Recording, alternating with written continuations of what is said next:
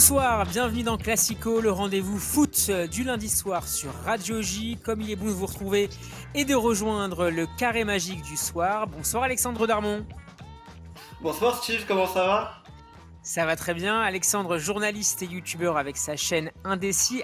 Alexandre, qu'est-ce que ça fait de parler de Johan Cruyff et de Loana avec Manuel Valls? C'est un grand écart, mais il en parle aussi bien l'un de l'autre, donc ça va. Voilà. C'est retrouvé sur ta chaîne. Bonsoir également à notre maître, l'avocat Benjamin Krief est de retour parmi nous après une escapade dans le sud. Benjamin, bonsoir à toi. Bonsoir à tous. Vous m'avez beaucoup manqué la semaine dernière. Une note pour le dernier Classico en ton absence lundi dernier, Benjamin? Vous étiez pas mal, mais bon, comme d'habitude, Alex Darmon, ça va pas du tout. Mais je vais lui expliquer 2-3 choses aujourd'hui. Allez, je souhaite également la bienvenue à notre invité du soir. Maradona lui a accordé sa dernière interview et il a récemment publié une belle interview de la main la plus ferme du monde, aka Keylor Navas. Bonsoir Florent Torchu. Salut Steve, salut à tous. Et ouais, c'est un autre genre de main, c'est pas la même et c'est autorisé et il s'en sert plutôt pas mal. Correspondant à Barcelone de l'équipe et de France Football. Chers auditeurs, vous pouvez nous écouter sur radioj.fr et désormais sur Radio Player, la nouvelle appli qui va révolutionner votre usage de la radio. Vous pouvez évidemment accompagner le son de l'image pour découvrir par exemple l'élégance ce soir de Benjamin en nous suivant sur la page YouTube de la radio. On compte sur vous pour liker, commenter, partager la vidéo et en parler autour de vous. Classico épisode 26, ça commence tout de suite.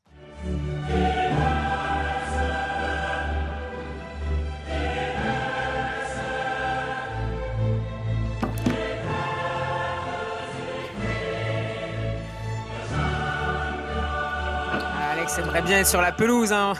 Mardi, la pelouse du Parc des Princes pour le match retour contre le Bayern Munich. En attendant, on va d'abord commencer par parler du week-end de Ligue 1. Pour une fois, Paris n'a pas tout gâché. Les Parisiens avaient pris la mauvaise habitude ces derniers mois de perdre en Ligue 1 après leurs 3 derniers matchs de Ligue des Champions contre Başakşehir, puis contre Barcelone à l'aller et au retour. Cette fois, les coéquipiers de Kylian Mbappé ont fait le travail en Alsace. Victoire solide, 4-1 à Strasbourg.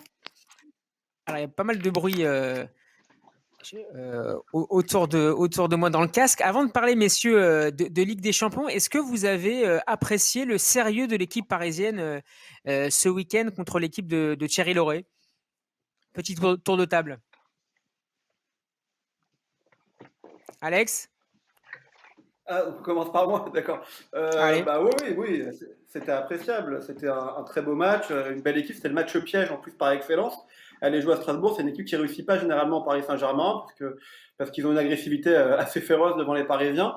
Et là, il faut avouer que c'était assez intéressant comme match. Tout de suite dedans, en plus, un peu de chance parce que ils auraient pu prendre un but très vite. Et puis surtout, moi, ce que je retiens de ce match, c'est la présence de Mbappé, en fait. On pensait qu'il n'allait pas joué tout le match. Finalement, il fait 80 minutes. On va en reparler très longuement tout à l'heure. Hein.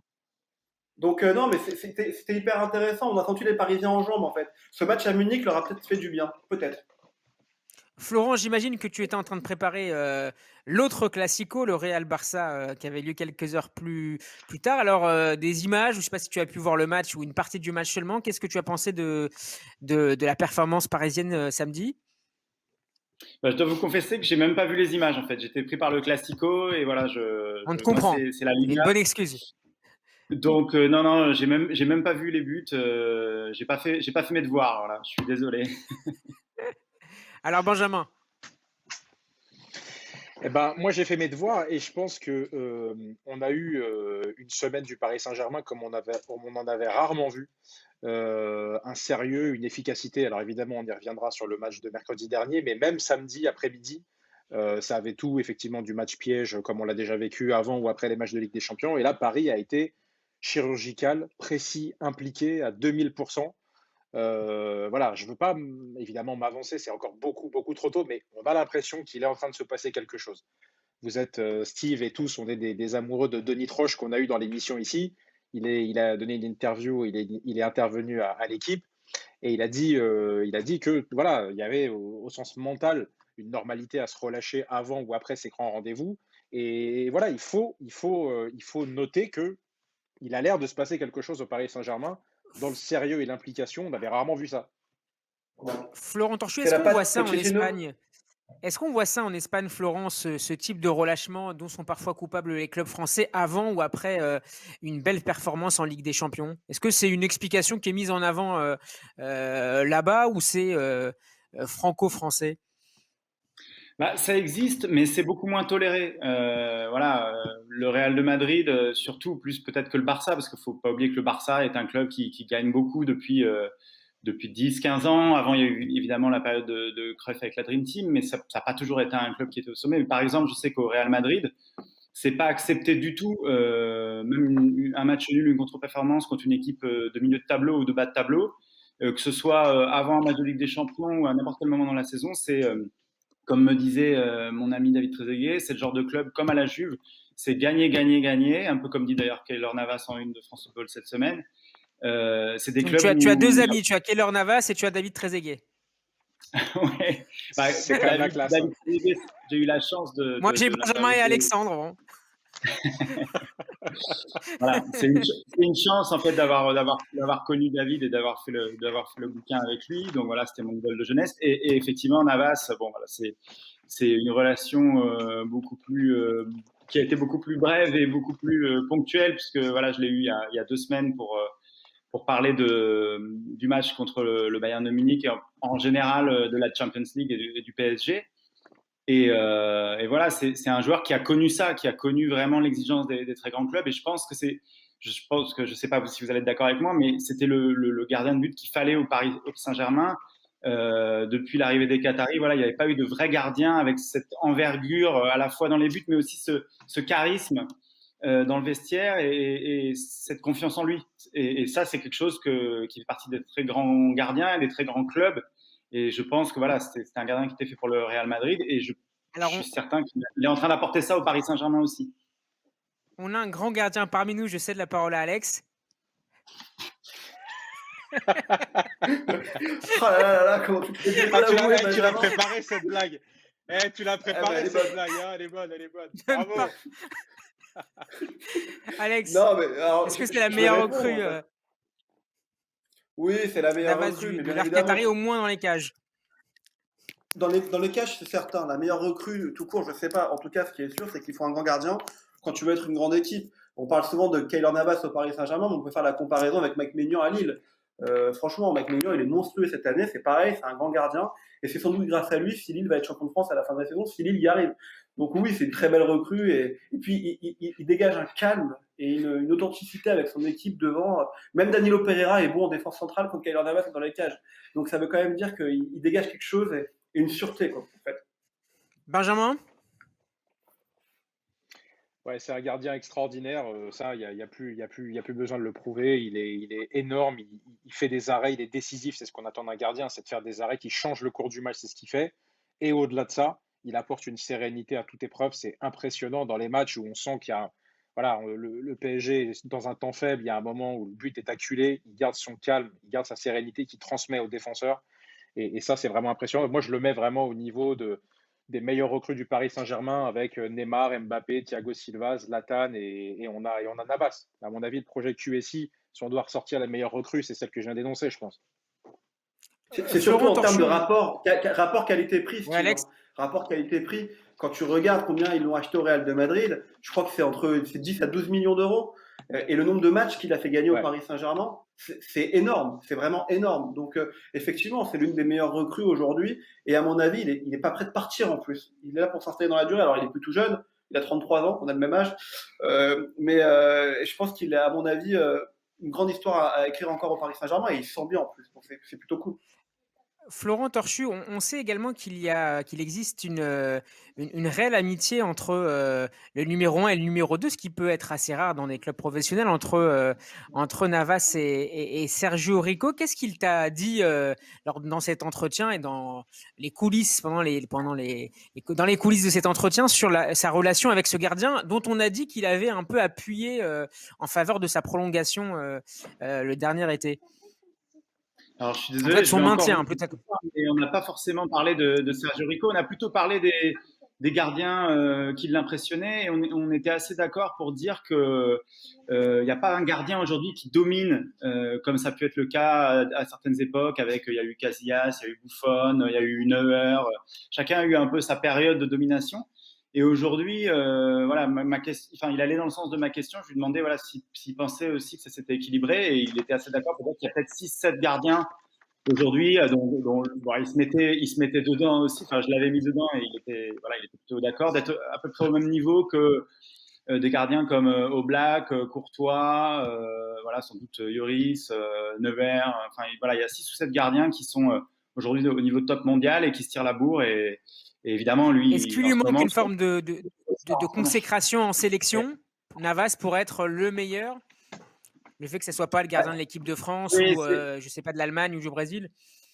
Forcément, ça joue toujours. On dit souvent pour des attaquants que s'ils étaient brésiliens, ils auraient sûrement plus de marketing, plus de pub autour.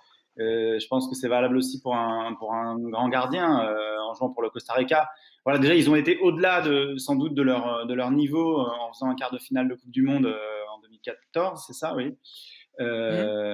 Du coup, c'est évidemment c'est ce qui l'a mis en lumière, mais en Espagne, en Liga, ça faisait longtemps déjà qu'il faisait partie des meilleurs gardiens pour les spécialistes. Mais c'est vrai que c'est à ce moment-là où il a explosé aux yeux du grand public et où le Real Madrid, qui s'intéressait déjà à lui, a dit bon ça y est, on fait le transfert, quoi. Donc c'est vraiment là où il est passé dans une autre dimension. Et je crois que Zidane voulait le garder, il ne voulait pas le laisser partir au PSG il y a 1 an et demi.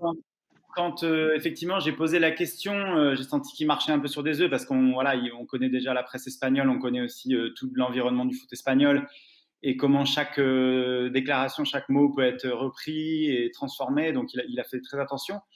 Mais voilà, je sentais une petite pointe d'amertume quand même dans son discours. Il me disait que voilà, Dieu lui avait indiqué le chemin du Paris Saint-Germain, que c'était une évolution dans sa carrière et tout ça. Mais sur Zidane, il a été assez dithyrambique. Voilà, il a dit que c'était un grand entraîneur et qui pour lui, avait été très important dans sa carrière.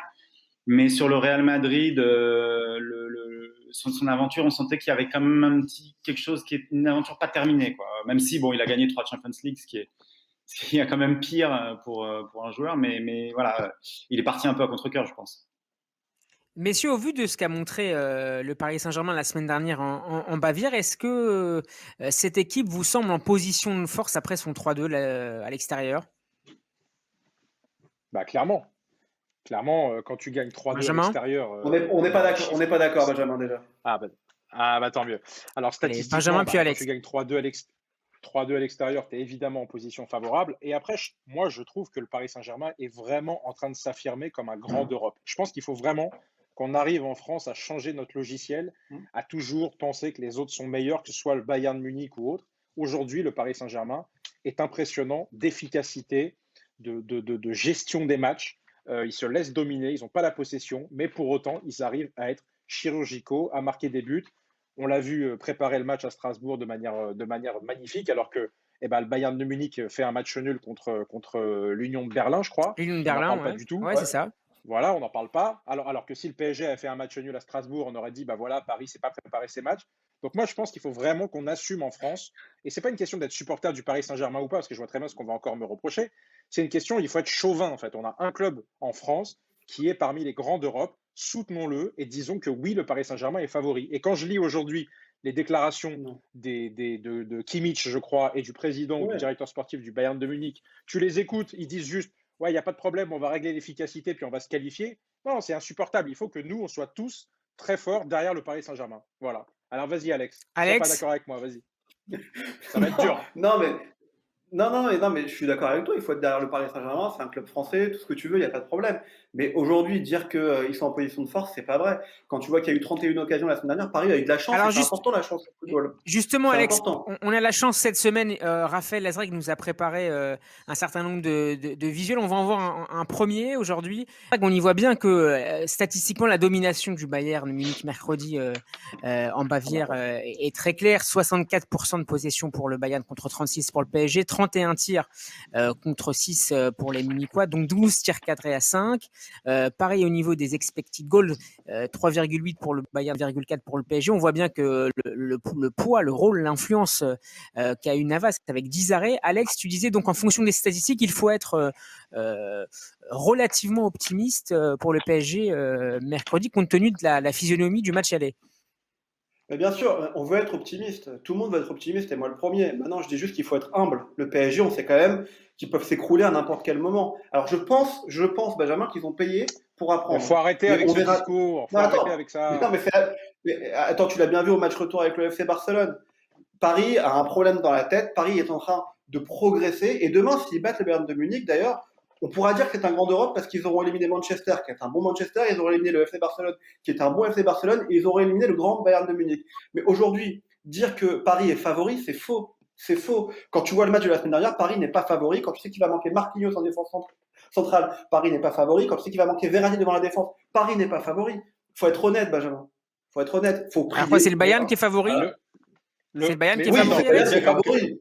Clairement. Avec un but, Attends, à rattraper. Le diagramme que tu nous as montré, il est censé dire quoi? Il est censé dire la possession était au Bayern, donc c'est le Bayern qui fait le jeu, c'est le Bayern. Non, il n'y a pas que la possession. Il n'y a pas que la possession.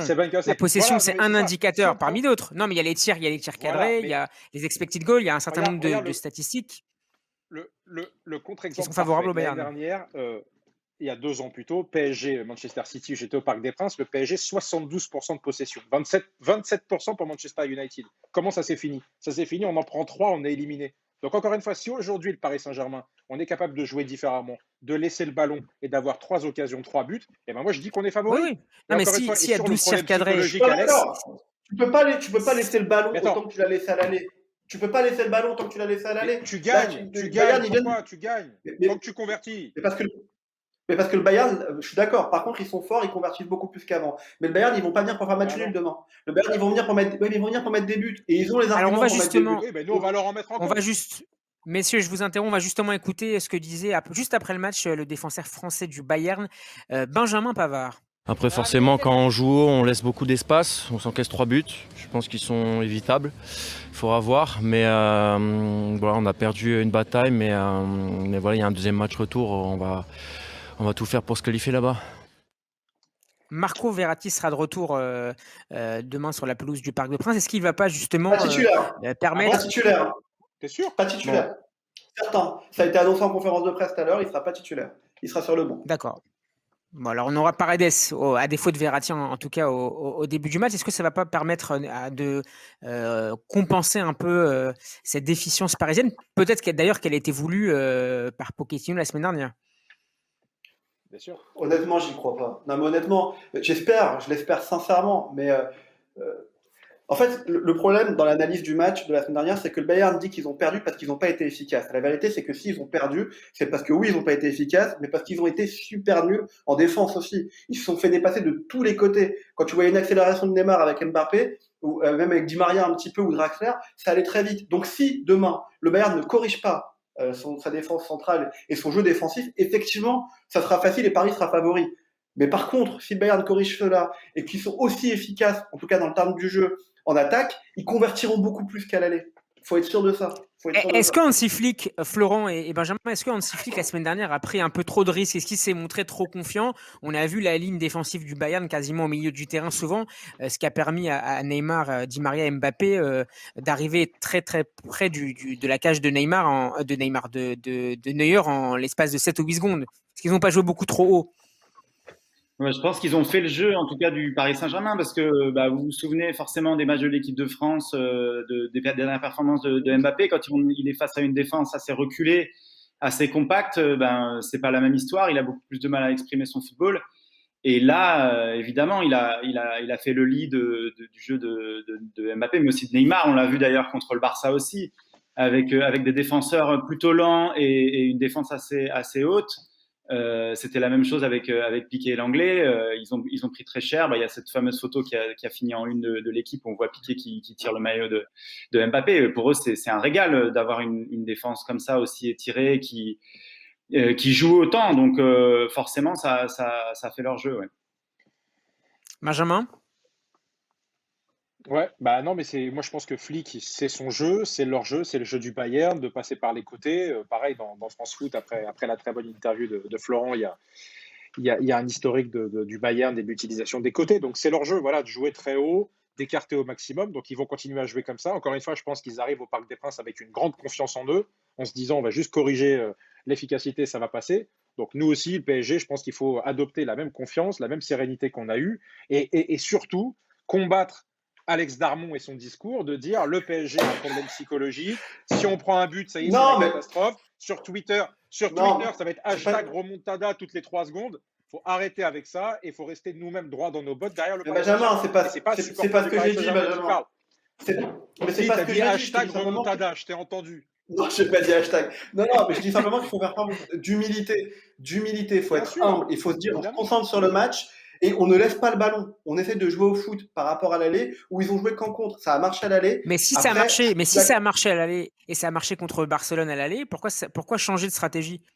Ah oui, Simplement parce parce que ça qu'on n'a est au pas Parc des marché contre Princes? Barcelone. et le- Parce que ça n'a mais pas bien marché sûr, contre Barcelone au retour. Ça n'a pas marché contre ça a Barcelone marché au puisque retour. tu t'es qualifié, Voilà. Alex. Alex, tu peux pas dire que ça Non, n'a pas marché, tu t'es qualifié. Il n'y a que ça qui compte. Benjamin, Non, tu te je suis rappelles du match désolé. retour contre Barcelone? Il rate un Je me penalty, rappelle très rappelle-toi. bien. Il rate un penalty à la La 40e minute de seule, jeu. S'il le met, c'est la pas la même seule chose. chose, la seule chose qui compte, c'est Florent, que tu te qualifies. Et d'ailleurs, Benjamin, ouais. Non, non, vas-y non, vas-y. Benjamin, Non, mais termine. on sait aussi, Paris c'est aussi jouer différemment. S'il faut avoir un peu plus le ballon, les créateurs sont là. Neymar est là pour jouer en numéro 10. Di Maria est là. Peut-être, Mbappé est peut-être, là pour prendre le peut-être. côté gauche et dézonner. On sait jouer. Il faut arrêter de nous dire aussi Paris a du mal contre les blocs bas. Paris arrive à battre toutes les équipes quand les joueurs sont au niveau. C'est tout. Quand le carré magique, non pas celui de Ouais, t'as Classico, mais raison, celui t'as du raison. PSG, est au niveau, il n'y a pas de problème. Et c'est ça qui est important de noter cette année. Paris Saint-Germain sait jouer de deux manières différentes, ce qui n'était pas vraiment le cas avant, sous Blanc, Emery, Tuchel. C'est vrai qu'on était uniquement dans la possession. Et ben aujourd'hui, c'est plus vrai du tout. Il faut le saluer. Ouais. Il faudra que demain tout le monde Indépendamment descende, de Benjamin, je la, suis désolé.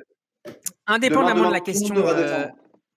Alex, excuse-moi, indépendamment de la question tactique, est-ce que le principal apport finalement de Mauricio Pochettino ne porte pas justement sur l'aspect psychologique, la question de la gestion émotionnelle de certains scénarios, où on a des matchs finalement où le PSG, les Parisiens, doivent apprendre à tenir 60, 70 minutes, 80 minutes sans avoir énormément le ballon. Est-ce que c'est ça qui va être peut-être décisif demain? Est-ce qui va constituer la valeur ajoutée de Pochettino? Florent? Ah oui, je pense, parce que c'est dans la grande tradition des entraîneurs argentins, même si on a une palette assez variée. Diego Simeone, c'est pas Marcelo Bielsa, bien évidemment, et Pochettino se rapproche pas forcément de l'un ou de l'autre. Il a son style de jeu qui est quand même basé effectivement sur l'intensité. Ça peut être de l'intensité offensive, mais ça peut être aussi de l'intensité défensive.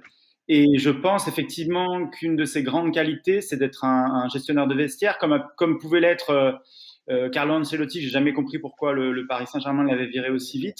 Mais je pense que c'est voilà, pour avoir parlé souvent avec des joueurs qui ont eu l'un ou l'autre, c'est leur grande qualité, c'est leur capacité à mobiliser un vestiaire, à faire sentir à leurs joueurs qu'ils sont capables d'un exploit, c'est exagéré, puisque voilà, là maintenant effectivement ils sont plutôt en position de force pour éliminer le champion d'Europe, mais je pense que voilà, c'est vraiment le côté psychologique. Et pour reparler de ce côté psychologique, c'est vrai que j'ai eu l'occasion d'interviewer plusieurs joueurs du Paris Saint-Germain ces dernières années, Di Maria, Icardi, Navas récemment.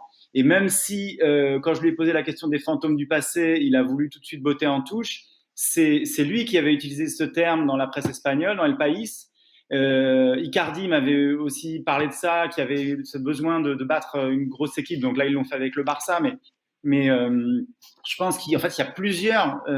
Il faut qu'ils réussissent plusieurs gros matchs contre des équipes de ce calibre-là pour enfin se dire ça y est, on a vaincu le signe indien et on est capable de faire des performances régulièrement contre des grosses équipes.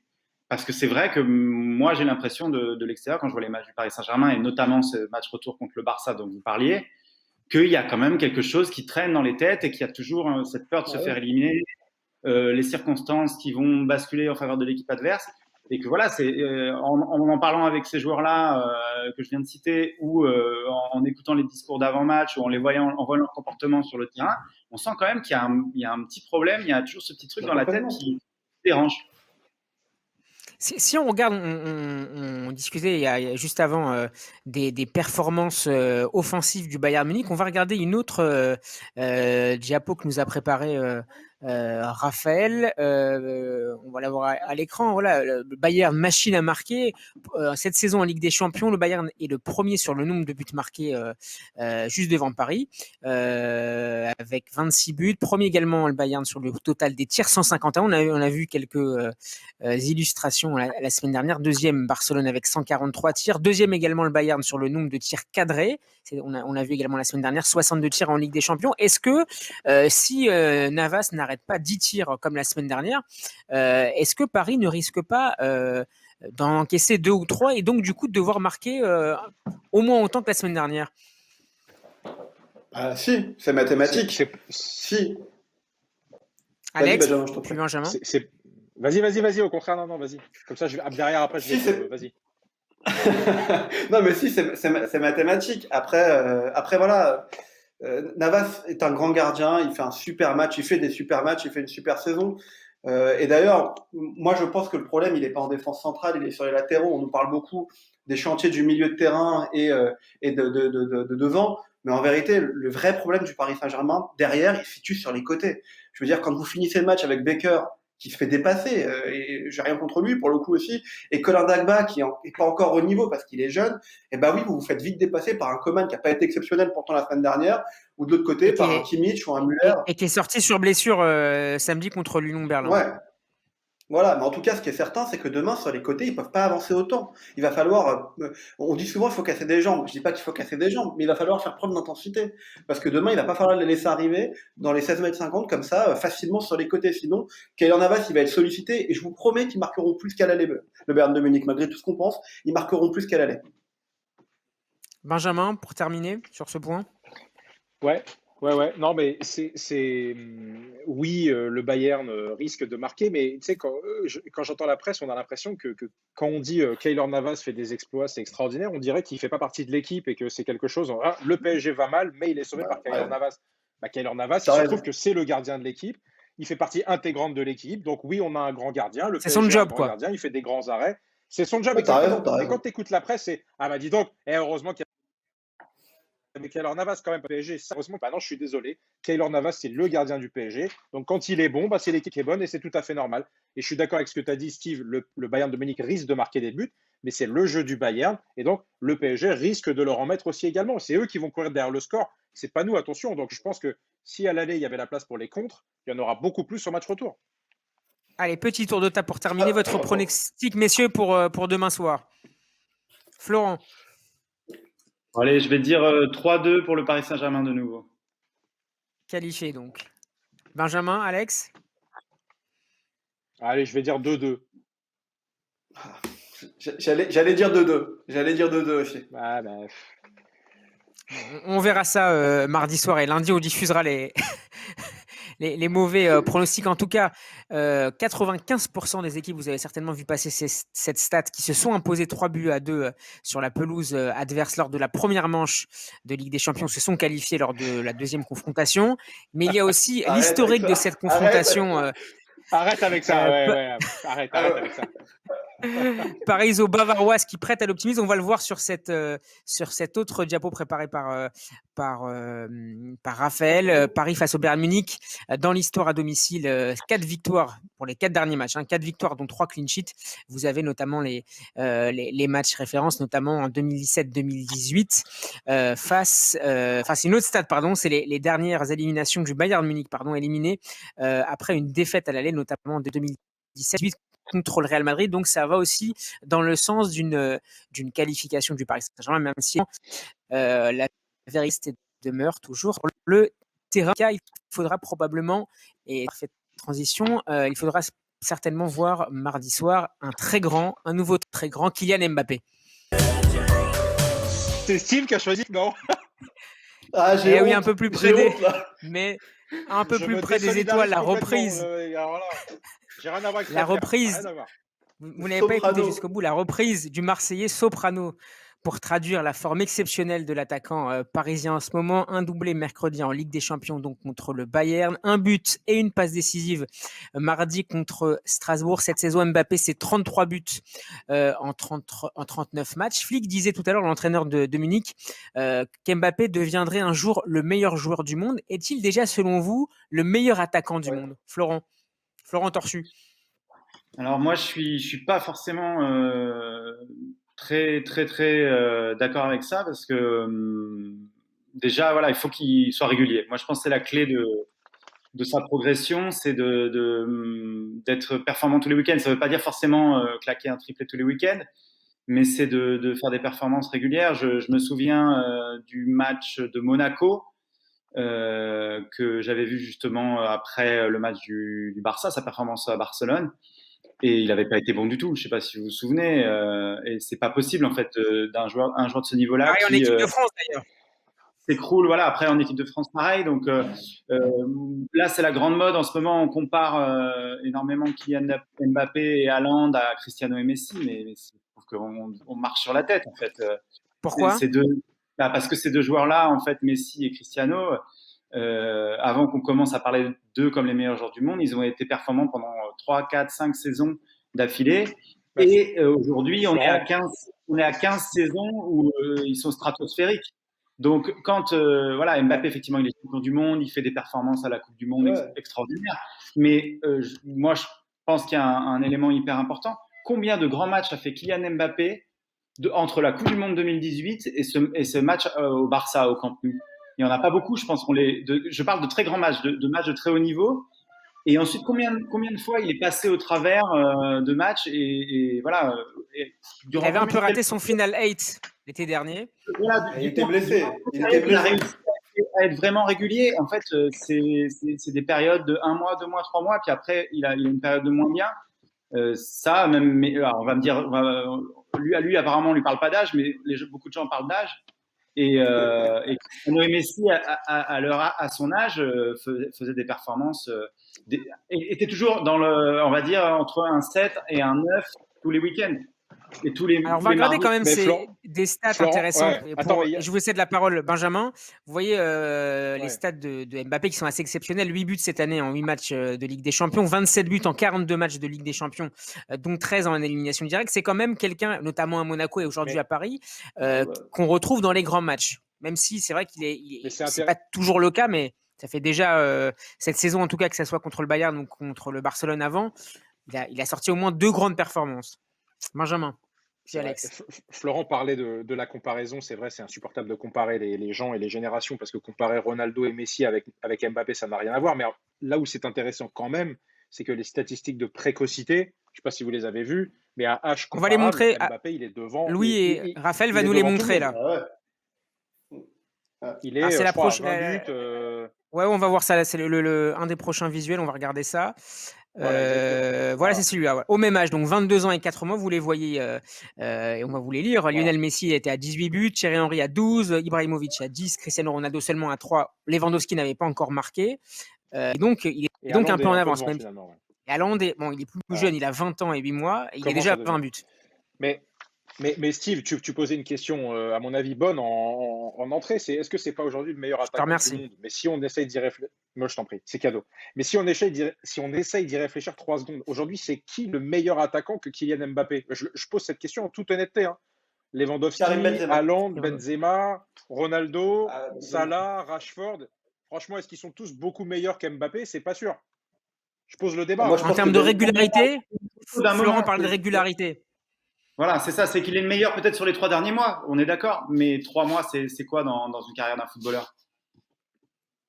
Bien sûr, mais en talent pur, on sent bien que ce gars-là, il a quelque chose en plus que tous les autres, même qu'Haaland. Sa capacité de vitesse, c'est du jamais. Enfin, personne ne voit ça et j'ai même pas le souvenir d'avoir vu un attaquant si rapide et si efficace dans la vitesse. C'est ça qui est dingue, c'est ça qui est fou. Il te fait des mouvements, je suis d'accord avec Benjamin. Non, je suis d'accord. Après, il est bluffant, par exemple. Je ne sais pas si vous avez vu cette image. Je crois que c'est la Sky Sport en Italie qui s'est amusé à compter le nombre de petits pas qu'il fait sur son deuxième but. Quand il prend Neuer à contre-pied. C'est vrai qu'en plus, c'est rare de voir Neuer pris à contre-pied comme ça et pas bouger sur sa ligne. Ça, c'est un but extraordinaire. On est d'accord, il est capable de gestes et de moments comme ça absolument exceptionnels. Mais voilà, moi j'attends de voir un Mbappé qui fait une saison complète, voire 2 saisons à un très très haut niveau, et que ce soit vraiment après sa norme et qu'il bouge plus. Évidemment, Messi et Cristiano sont aussi parfois passés à côté de certains matchs, mais c'était voilà un match sur 20, et c'était de moins en moins. Bon, jusqu'à aujourd'hui où ils sont évidemment plus sur la pente descendante. Mais pendant 10-15 ans, ils ont été à un niveau extraordinaire. Et même tous les week-ends, même contre les Ganes ou pour Cristiano quand il était en première ligue contre Watford, c'était voilà, il fallait marquer un triplé contre les petites équipes. Il fallait tous les week-ends sortir des performances fabuleuses. Et voilà, j'espère que Mbappé va être à la hauteur des exigences qu'il a lui-même fixées d'ailleurs. Mais d'ailleurs, c'est peut-être pour ça qu'il. Pardon, excuse-moi. C'est peut-être pour ça qu'il reste sur le terrain samedi contre Strasbourg. Il reste sur le terrain jusqu'au bout. Il veut rester jusqu'au bout. Pochettino dit non, mais il faut qu'il reste, il faut qu'il joue, il faut qu'il marque. Et c'est là où je rejoins Florent, c'est qu'effectivement, on sent qu'il a besoin de ça, il a envie de ça. Et il reste sur le terrain contre Strasbourg et il marque encore 2 buts. Et voilà, il a besoin de ça, il a besoin de marquer, il a besoin de jouer. Est-ce que c'est la meilleure manière de préparer ce retour contre le Bayern? Est-ce qu'il n'a pas pris, on a entendu par exemple Roland Courbis expliquer que bon, c'était quand même un petit peu risqué de faire jouer 89 minutes son meilleur attaquant à 3 jours ou 4 jours d'un match retour de Ligue des Champions. Il s'y connaît un petit peu quand même, un peu mieux. Non, mais oui, c'est bien sûr que c'est risqué. C'est comme c'est risqué de mettre Navas et de faire jouer Kimpembe. Enfin, c'est du sport de haut niveau. Tu prends des risques. Ouais, mais par exemple, Navas est sorti au bout de 45 minutes. Hein. Tu prends l'exemple. Oui, mais là, mais je suis d'accord. Sauf que là, Mbappé, psychologiquement, physiquement, il est à son meilleur niveau. On a dit qu'il avait des pépins physiques depuis le début de la saison, qu'il n'avait pas réussi à enchaîner. On le sent physiquement, il est en jambes. Moi, il m'impressionne. Honnêtement, ce petit pas qu'il fait contre Strasbourg, où il fait mine de se péter la figure et puis il repart d'un coup. Tu sens que physiquement, il est inarrêtable, il va très vite. Tout le monde te disait qu'il avait perdu de la vitesse. Et en fait, c'est pas vrai. Il est sûr de ses forces. Il a un peu de chance contre le Bayern de Munich sur le premier but parce qu'il passe tous les jambes de Neuer. Moi, ce joueur m'impressionne, honnêtement. On peut dire, oui, alors, il n'est pas régulier. Il passe pas sur. Ouais. Franchement, il n'est pas régulier, les amis. Je veux bien, hein, mais il est quand même 3 fois meilleur buteur du championnat de France. Il gagne tous les titres qu'il peut gagner. Il veut tout le temps jouer. Il est toujours à la hauteur. Alors, oui, il se plante sur des matchs, mais quand tu regardes sur les matchs contre Marseille, qui sont les gros matchs, les matchs contre Lyon où il met des triplés chaque année, contre l'Olympique Lyonnais, franchement, il n'est pas dégueulasse. Il est même très très fort. Alors oui, il faut qu'il soit plus régulier. Ouais. Cette course après les records, on va la voir affichée à l'écran à travers un certain nombre de chiffres. Il est déjà à 85 buts en Ligue 1 à 22 ans. C'est la prochaine diapo. Il est pour l'instant derrière 2 grandes figures du Paris Saint-Germain et de l'histoire de la Ligue 1. Zlatan Ibrahimovic avec 113 buts et évidemment Edinson Cavani avec 138. On va la voir dans la prochaine diapo. Est-ce que vous considérez que finalement il a montré finalement qu'une partie de son grand talent, qui reste encore, il lui reste une marge de progression. Mais il a 22 ans. Vous vous rendez compte ou pas? 22 ans et il en est déjà là. C'est lui qui débloque le match à Barcelone et c'est lui qui débloque le match à Munich. Alors, il est bien aidé par Neymar. Mais oui, bien sûr qu'il a encore une marge de progression gigantesque. Est-ce qu'il partira d'ailleurs pour la développer? On verra. Alors voilà. Non, mais je pense que ça, c'est intéressant à ce moment de la saison de se poser la question. On sait qu'il veut progresser, on sait qu'il veut gagner des titres, on sait qu'il veut marquer, on sait qu'il veut avoir le ballon d'or. Aujourd'hui, est-ce qu'il doit partir du Paris Saint-Germain pour passer ce palier en plus dont tu parlais, Steve? Moi, je ne pense pas. Encore une fois, aujourd'hui, c'est soit Paris, soit Madrid. Parce qu'on a beau nous dire le contraire, on a lu la même chose sur Neymar, il n'y a que le Paris Saint-Germain ou très peu de clubs qui peuvent se payer ce type de joueur.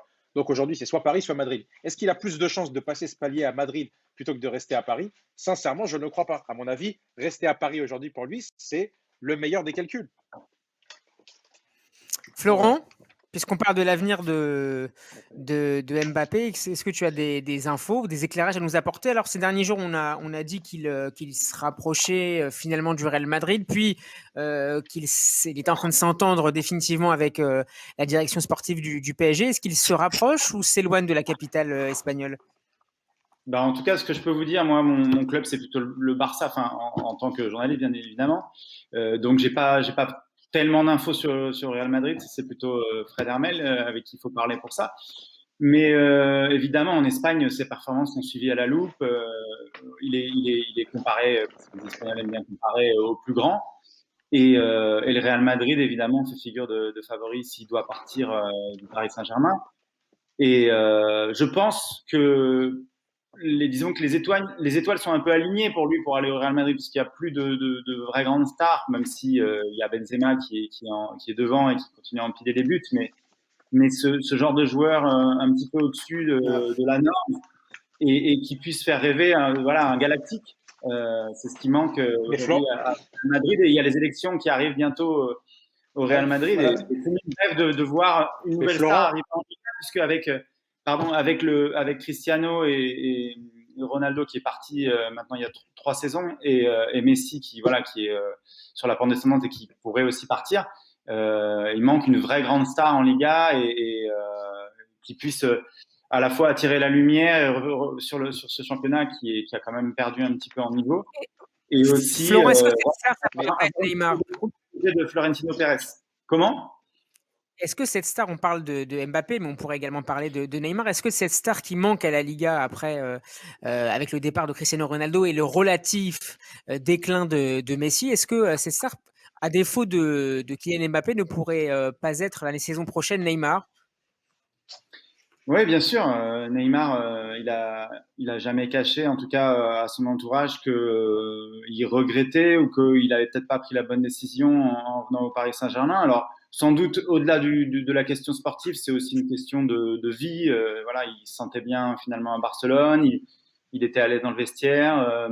Il s'est sans doute rendu compte qu'il aurait pu continuer à gagner des Ligas et peut-être aussi être compétitif en Ligue des Champions, mais il a eu besoin à un moment donné de s'émanciper.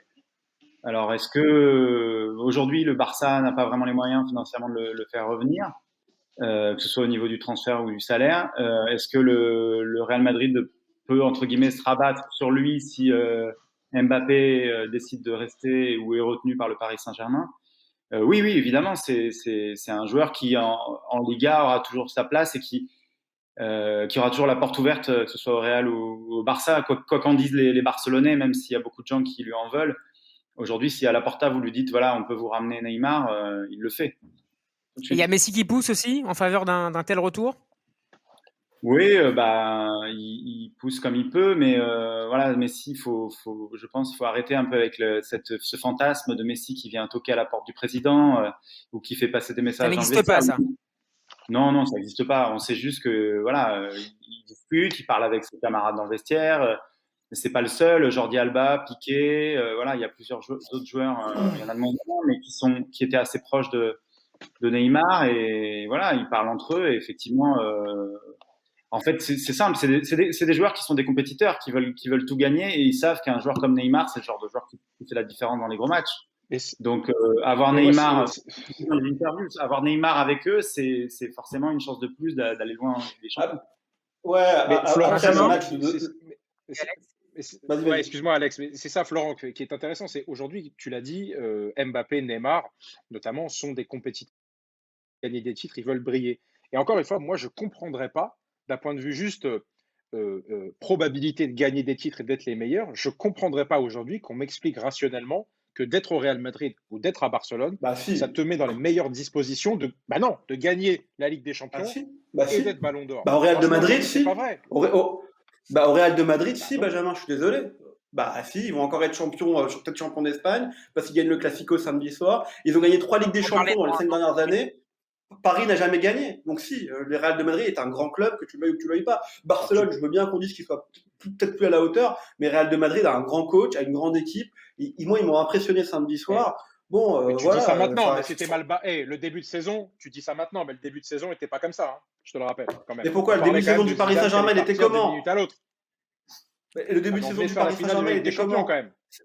Au mois de novembre, on n'était pas mieux que les Madrilènes. Hein. Alors, moi, je pense de toute façon que demain soir, le match de demain soir va beaucoup déterminer de l'avenir de Kylian Mbappé et de Neymar. Si demain soir, effectivement, le Paris Saint-Germain arrive à s'imposer et à se qualifier en demi-finale, le PSG deviendra un grand club européen, aura sans doute vaincu beaucoup de ses démons et aura vaincu des grandes équipes européennes. Et peut-être que dans le projet sportif, Kylian Mbappé ou Neymar diront on peut aller plus loin. Si le PSG n'arrive pas à gagner demain, ça sera compliqué. Ça sera un autre délire. Je pense que Kylian Mbappé se posera vraiment les bonnes questions.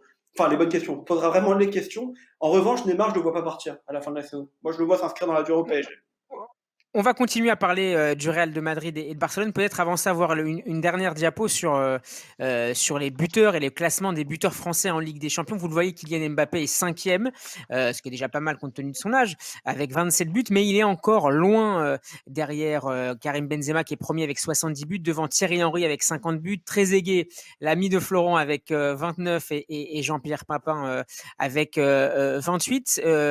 Florent, on voit qu'il est plus très loin de Trezeguet de Papin, mais il est à près de plus de 30 buts encore de Benzema. Qu'est-ce qui va lui apporter, qui va lui permettre peut-être d'arriver à ces sommets-là? C'est de changer de club, c'est de marquer à tous les matchs en Ligue des Champions et pas seulement lors de grandes affiches.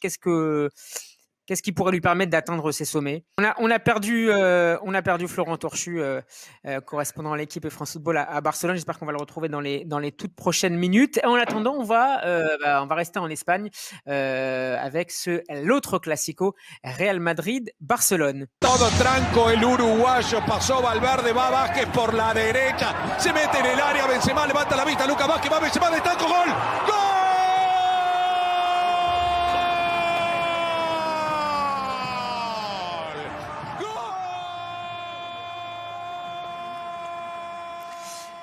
Voilà, victoire du Real Madrid 2-1 contre le Barça avec un but exceptionnel de Karim Benzema. Les Madrilènes sont désormais deuxième à 1 point seulement de l'Atlético tenu en échec hier soir. Est-ce que Zinedine Zidane, messieurs, est en train de remporter un pari annoncé impossible il y a 2 mois, à savoir jouer le titre et la Ligue des Champions? Bah ouais. Comme Zidane sait faire d'ailleurs, hein. Zidane sait faire des choses incroyables. C'est un très grand coach. C'était un match très plaisant à regarder samedi soir parce qu'il y avait du rythme des deux côtés. Il y avait une belle équipe du FC Barcelone qui revient aussi bien dans la course. Et puis il y avait un grand Karim Benzema, il est charismatique, leader, il te met une mâche d'air magnifique, tu t'y attends même pas. Donc oui, moi je vois le Real de Madrid finir en boulet de canon quand tu les vois jouer contre Liverpool en plus cette semaine et avoir un Vinicius qui rate tout ce qu'il peut cette saison et qui est là au bon moment et qui met un but magnifique contre Liverpool, qui fait un très bon match samedi soir. Tu te dis que oui, le Real de Madrid est en train de terminer de la meilleure des manières et qu'ils vont faire encore très très mal. Florent? Oui, désolé, ça a coupé, j'ai eu un petit problème technique. Visiblement, mon ordi n'a pas supporté le soleil. Merci beaucoup d'avoir été aussi longtemps avec nous, encore plus longtemps que prévu. Peut-être un dernier mot sur le Classico de samedi soir, Florent. Est-ce que toi aussi tu considères que le Real Madrid est peut-être désormais le favori pour remporter cette Liga? J'en suis pas certain. En fait, ça va être palpitant jusqu'au bout. Ça risque d'être une des ligas les plus passionnantes de ces 10-15 dernières années, puisqu'on va avoir 3 clubs qui vont être à la lutte. Et je pense que le Barça n'a pas dit son dernier mot, l'Atlético Madrid non plus. Donc ça va être intéressant. Voilà, le moindre faux pas risque de coûter très cher.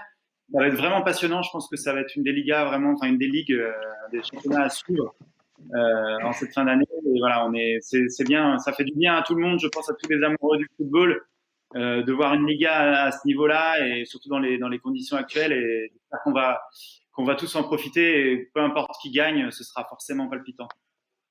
Merci beaucoup Florent Torchu, correspondant à l'équipe et France Football à Barcelone. Est-ce que tu peux nous dire peut-être sur quelle prochaine interview tu travailles déjà? Est-ce que tu as déjà une nouvelle piste après l'interview de Navas la semaine dernière dans France Football?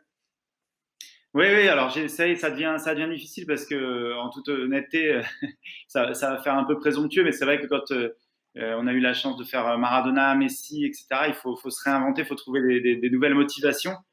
Mais en fait, voilà, c'est une source inépuisable le football avec tous les joueurs qui jouent dans tous les grands clubs, et puis il y a forcément toujours des nouvelles pépites qui sortent. Mais là, je suis derrière Gérard Piqué en ce moment, donc on va voir.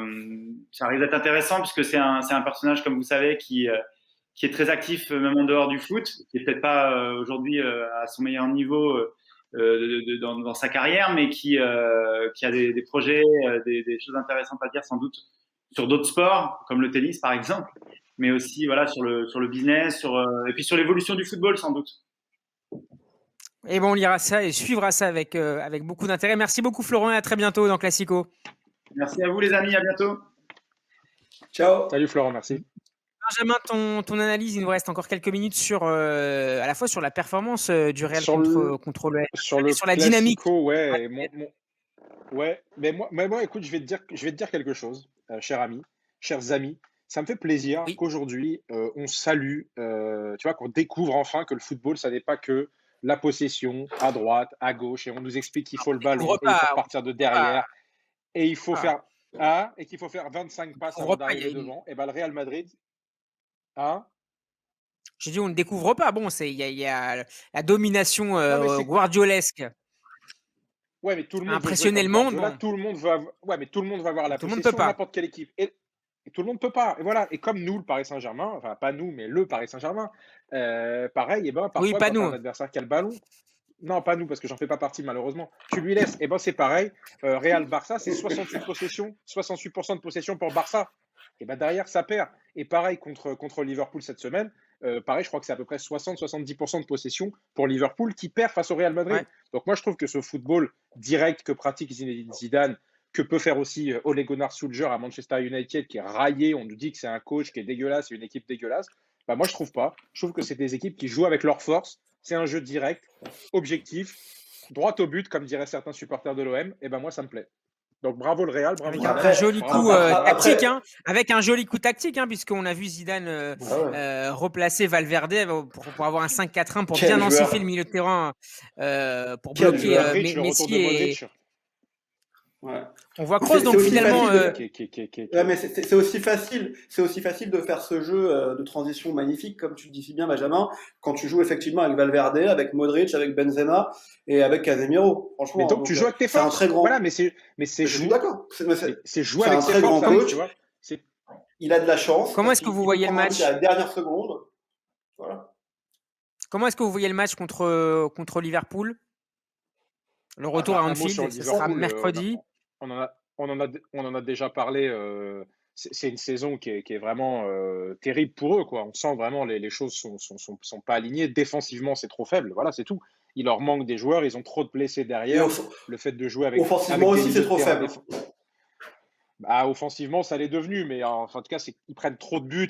Contre le Real Madrid, le match mardi dernier, c'était incroyable comment ils jouaient. Ils étaient trop hauts, la défense était complètement friable. Je suis d'accord. Alisson n'est plus du tout décisif. Donc, non, moi, j'y crois pas du tout. Et je pense que le Real Madrid va s'imposer au match nul, mais en tout cas, va se qualifier. Je suis d'accord. Les deux derniers matchs. Je vais même dire mieux. Et je vais. Belle moustache, Alisson. Et je me demande si je ne deviens pas d'accord. Je me demande, laisse-moi parler, je vais dire un truc positif. Je me demande si je me demande si je ne deviens pas d'accord avec mon ami Alex en disant qu'à Liverpool, c'est une fin de cycle. Non pas celle de Klopp, par exemple, mais une fin de cycle, en tout cas, de l'équipe. Il va falloir sacrément renouveler à la fin de cette saison, je pense. Messieurs, il nous reste 2 minutes. Un dernier tour d'étape sur les autres quarts de finale. Retour de Ligue des Champions. On aura dès demain mardi un Chelsea-Porto. Victoire à l'aller des Blues de Tuchel 2-0 à Séville. Est-ce que les Chelsea va se qualifier pour éventuellement un jour peut-être retomber sur le PSG? Oui, c'est l'histoire, c'est le destin qui l'appelle.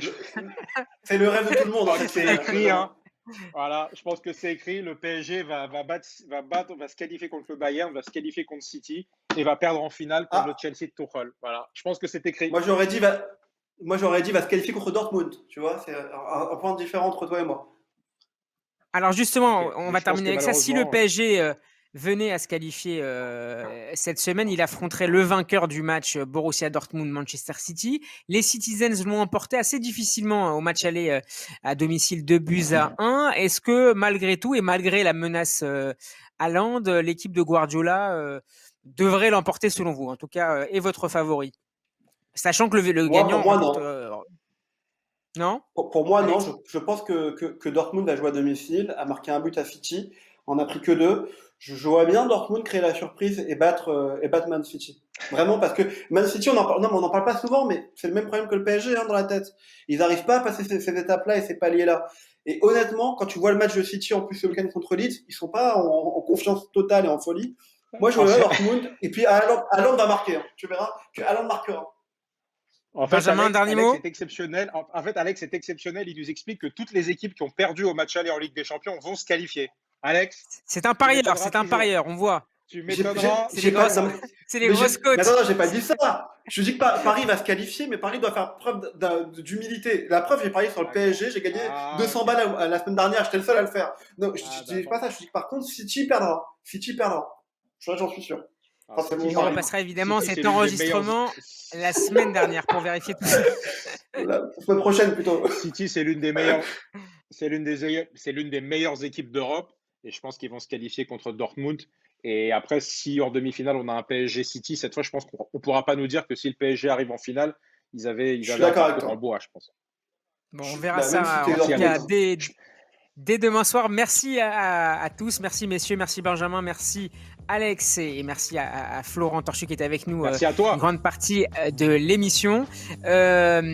Vous pouvez retrouver cette émission en podcast sur notre site et en vidéo sur la page YouTube de Radio J. Likez, partagez, commentez. Vous pouvez évidemment nous écouter, nous réécouter sur Deezer et Spotify, notamment sur toutes les plateformes de podcast. Merci à la technique et à Louis et pour les visuels à Raphaël. Merci à vous, surtout chers auditeurs, de votre fidélité à Classico. Tout de suite, la soirée continue en compagnie d'Avner Azoulay pour le Festival Oriental. Vive le foot, bon match et à lundi prochain.